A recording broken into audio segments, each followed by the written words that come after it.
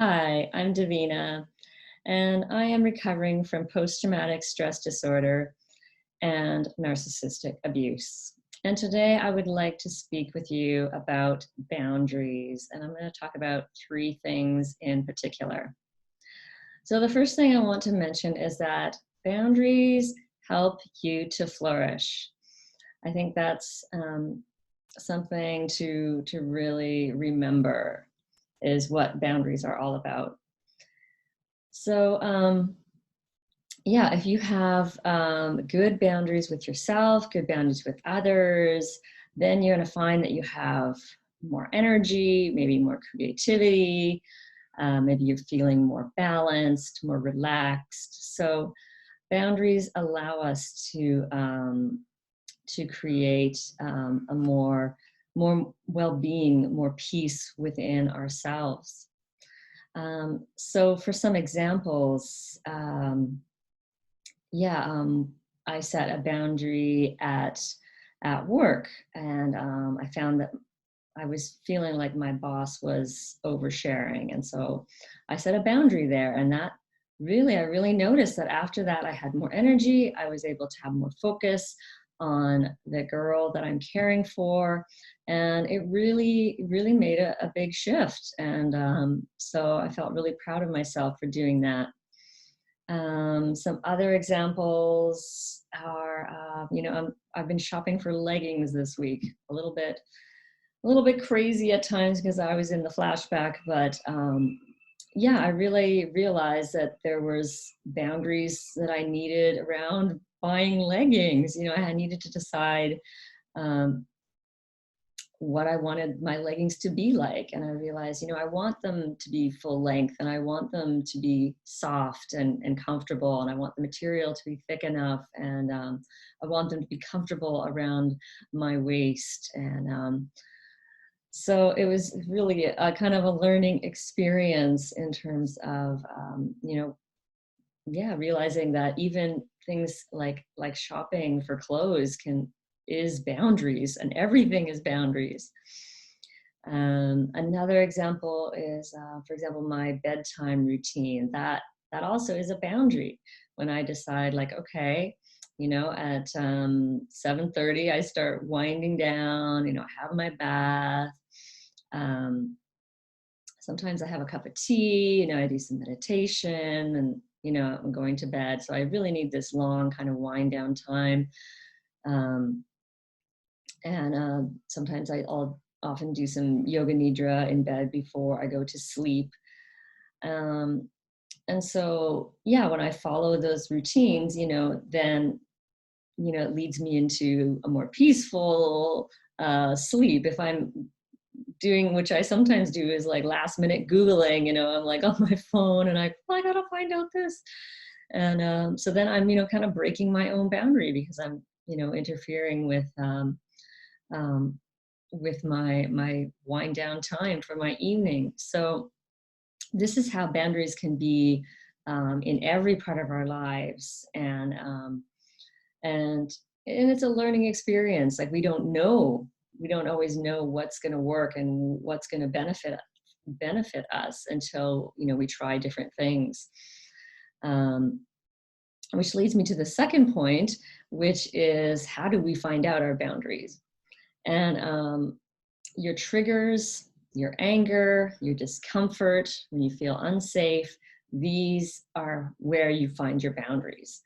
So, notice in your day what's pissing you off. If someone does something, maybe somebody is giving you advice and you're like, like, I don't know, for me, that pisses me off. Someone giving me advice or thinking that they know what's best for me, or, I get really pissed off at that. And I think, okay, well, what's the value? What's the boundary behind that? And that is that I really appreciate, non-judgmental communication. I also realized, like, in my counseling session, I really realized how much I needed. I was feeling quite irritated in the session. I'm like, why am I feeling so irritated? And I realized that she wasn't really directly just mirroring me. She was kind of trying to like maybe educate me a little bit. And, I found that really irritating. Felt a little bit like condescending, or like she wasn't, I don't know, just, yeah, it was bothering me. And I thought, okay, I realized I just want you to be mirroring me and empathizing with me. And so I can understand what I'm feeling. And so that was another boundary, that I will be, addressing the next time I see her. So, yeah, when we notice, where we're feeling irritated, where we're feeling angry, if we're starting feeling some anxiety, then we need to set a boundary, right? Maybe, for example, in my job, I thought my new job, I wasn't getting enough information, I wasn't. And so I realized, oh, I need to find out more. That was a boundary as well. Just, realizing like, oh, okay, in order for me to feel more calm, I need to get more details about what's going on so I can, go, oh, okay, it's going to be fine. Um, so all these kinds of things. So pay attention in your day to, what's bringing up your frustration, your fear, um, where you're feeling maybe unsafe. So yeah, so that's it takes a lot of digging. It takes a lot of work, and to really be able to flip that around, especially when it's dealing with another person, because we really, at the beginning, I know it's like you want to blame that other person, but if you really look at that behavior and go, okay, that I don't like that behavior. So what's the opposite? What's the opposite of that? Um, if someone's speaking to you in harsh language, then what's the opposite of that? Oh, I like gentle, mindful, thoughtful, kind, maybe even soft-spoken communication. So I hope that is helpful. And the third one to really remember is that boundaries are really all about you. And this kind of also leads off just from what I was just saying, is that it's really tempting in the beginning to point the finger at the other person and like, they're making me feel angry and they're making me feel anxious. Especially if you're already in that relationship. And that can be really tricky, because like I know, like I was in the relationship with my ex-husband, and I had no boundaries from the very beginning. And so whenever he did something I didn't like, I of course just blamed it on him and wanted him to change, instead of setting a firm boundary and having consequences for that boundary. So yeah, when you change your boundaries from just requests to requirements that have consequences, then you have real boundaries. And then you can really make it just about you.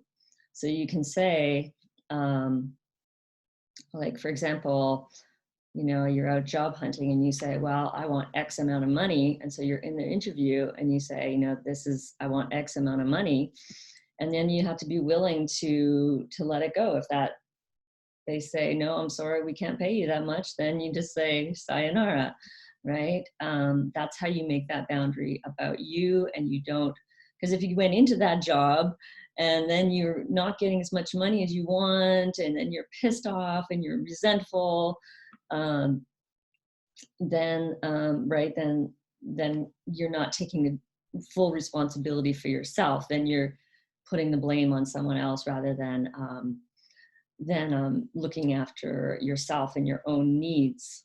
And yeah, it's really tricky in the beginning, because many of us are in these codependent situations, or in workplaces or other situations where our needs are not being met, because that's what we grew up with, so we were not told we could have boundaries. So when you start to wake up and go, oh wow, I can have boundaries, I can actually decide what I want in my life and live that way. Yes, you can. Um, yeah, so it's really important to remember that boundaries, it's really like, for me, I always imagine like I've got like a sign on my door, and that, if you want to come into my house, if you want to join into my um, energy field, then these are the things that I require, and these are the things that are not allowed. Um, and then it's just about me, right? It's just like, oh, you don't want to follow that, then that's fine. Then there's no shaming, no blaming. It's like live and let live. So, excuse me. Yeah, so going over those again. Number one is that boundaries allow you to flourish. And boundaries, it's important to remember that boundaries include everything, from your eating to your sleeping to your shopping to your relationships, your work, everything. And number two, that you find your boundaries in your triggers, in the places of discomfort and fear. That's how we figure out what's not working for us. And when we know it's not working for us, we can figure out the opposite and what helps us to flourish. And thirdly, again, is that boundaries are all about you. It's really not about the other person. It may seem like it. It may seem like, if you just change the other person, or if they're just doing something different, or if only they would do this. But when you think, well, I really cannot change the other person, I just can change myself, and I can just decide for myself what I'm going to allow and not allow into my space and into my life. So I hope that that was clear, and I hope that brought you some kind of insight today. I would love to hear your comments if you're watching. And as always, I'm wishing you so many blessings on this journey of healing and awakening. And I'm Davina at Boldness Blooming. Thanks for watching.